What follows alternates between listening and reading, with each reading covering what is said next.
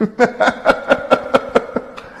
he fucking awesome? What is up, UFC fans, and welcome back to another episode of MMA Odyssey. Today we have some strange news. Sean O'Malley had some things to say about a couple of other fighters' weight and weight gain, even slightly hinting at calling one of them fat. And also Darren Till, who has his own problems, spoke about Conor McGregor's return in an interview, and it's safe to say he is not buying whatever McGregor is selling. Alex Periera called Khamzat a jester, whatever that is. He also called him a joker. And former middleweight champion Robert Whittaker voiced his thoughts on the upcoming UFC 285 bout between Jon Jones and Ciryl Gane, even calling Jones the greatest of all time. And as we all know, Islam Makhachev and Alexander Volkanovski, who are set to fight on UFC 284 at Perth, they finally met up and had a stare down. And all the talk about Khabib retiring from coaching, will Khabib corner his best friend in the fight? Stick around and find out later in the video. But first up, let's hear what Robert Whittaker has to say about Jon Jones. Jon Jones is the best of all time.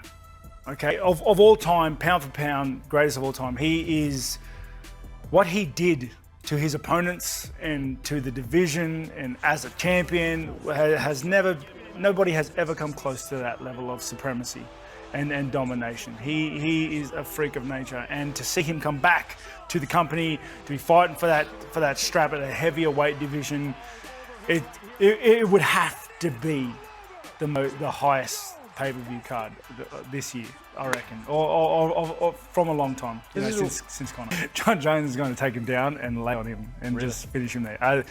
Jones's wrestling is next caliber. Nobody comes close to what Jon Jones can produce in the octagon.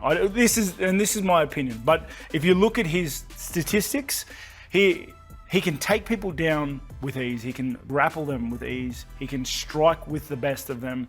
He's got cardio and strength and power and height and physique. He has it all. He has it all. And Jones is one of those guys that has probably the highest IQ in the game. Yeah. He can see a weakness and he'll exploit it. Now, it's safe to say Rob thinks very highly of Jones, especially his wrestling capabilities, which could and will most likely be the X factor of the fight, determining the outcome. And Rob, the former middleweight champ, who's still in his absolute prime and is a very good fighter himself, so I do value his analysis and fight IQ pretty well. But comment down below who you guys have winning between Jon Jones and Ciryl Gane. Me personally, I have Jones. I have Jones coasting either to a decision or by submission. But next up we have Sean O'Malley mentioning Paddy Pimblett's weight gain on his YouTube channel, which is kind of strange, but we all know Paddy likes to eat a lot of food. If you weren't a fighter, what do you think you'd be? I'd definitely be a diabetic. Crazy. I seen a video of Paddy today smoking a joint on a boat. Is that recent? Oh, I didn't see it. I don't know. Bro, Did he look? This blew my mind how fat he looked, dude. Seriously? I wish I could find it. Oh, I'm sure Twitter will have it. Let me check. But maybe. But I don't know if it was like a recent one or if it was like something that it was posted a long time ago. But dude, I was like, holy shit, he's living. I'm wondering if Sean and Paddy will have beef in the future. Sean is constantly nitpicking at Paddy's weight gain and eating habits. I think he even also said he had an eating disorder. And Sean has spoken about Paddy Pimblett vs Jared Gordon, and he said that Sean lost badly all 3 rounds to Jared Gordon, which he spoke about on his YouTube channel. Nonetheless, they may be chill now, but in the future, look out for Sean and Paddy to have some beef, especially if Paddy continues to derail his own hype train by losing to Jared Gordon and other journeymen. Lightweight champion Islam Makhachev and featherweight champion Alexander Volkanovski, who are set to fight on UFC 284 in Perth, met up and had a bit of a stare down. Check it out.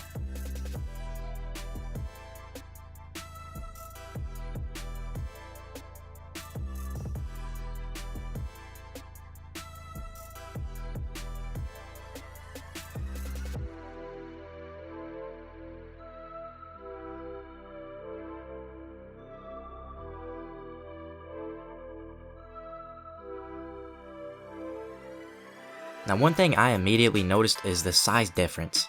Islam is significantly taller, but that hasn't stopped Volkanovski from getting the win in the past. But what we haven't seen Volk face yet is someone of Islam's size with the wrestling capability. Normally he fights people this size, but they're strikers like Max Holloway. And you can clearly see Volkanovski has already gained weight since the fight will be taking place at 155 pounds.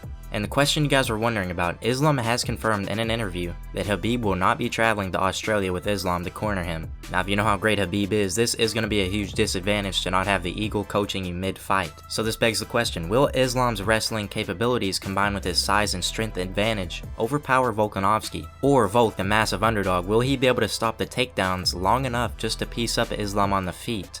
Leave your thoughts on who you have winning the fight in the comments. Also, Conor McGregor, who hasn't fought since 2021, he hasn't even gotten back into the USADA testing polls yet, although some fans do believe a McGregor comeback will be on the way this year. Darren Till thinks otherwise. Listen to what he said about McGregor in this interview with Basketball Insiders.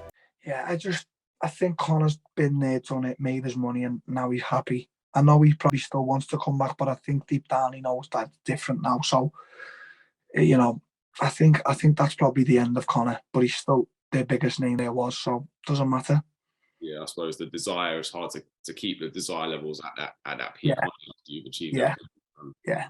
Now clearly Darren respects Conor and his legacy, but he does think that his fighting days are over and that he would rather just be a family man. Nonetheless, a McGregor comeback is still very possible since he is only 34 years old and is actively training MMA and his fitness. And lastly, Alex Periera was asked about his next middleweight title defense, and Khamzat Chimaev was also mentioned. Now we know both of these guys dislike each other and have taken multiple shots at each other on social media. Periera was asked if he planned on fighting Khamzat, to which he replied, "Everything is already decided by the UFC. I was told they want to see my rematch with Adesanya in early summer or in May, and if he somehow can't make it to the fight, then I will fight contender Robert Whittaker. I've asked my manager about Khamzat Chimaev. If he really wanted to fight me, I'm sure he would have asked the UFC for this fight, and they would at least ask me what I think. Do I want this fight? This did not happen. I'm disappointed that they did not name Khamzat's name in the negotiation, but if that's what the UFC wanted, if they told me, hey you have to fight him, I would say okay, let's go. But Khamzat did not want this fight. This dude is a jester." Periera then called Khamzat a joker. Now anyone that watches Khamzat knows that he does not tolerate disrespect at any level, and does not shy away from the trash talk, so I'm sure that he will have something to say about this when he sees it. But that is it for this video. If you guys enjoyed the video, make sure to leave a like, and comment down below your fight predictions, and have a great day. Is he fucking awesome?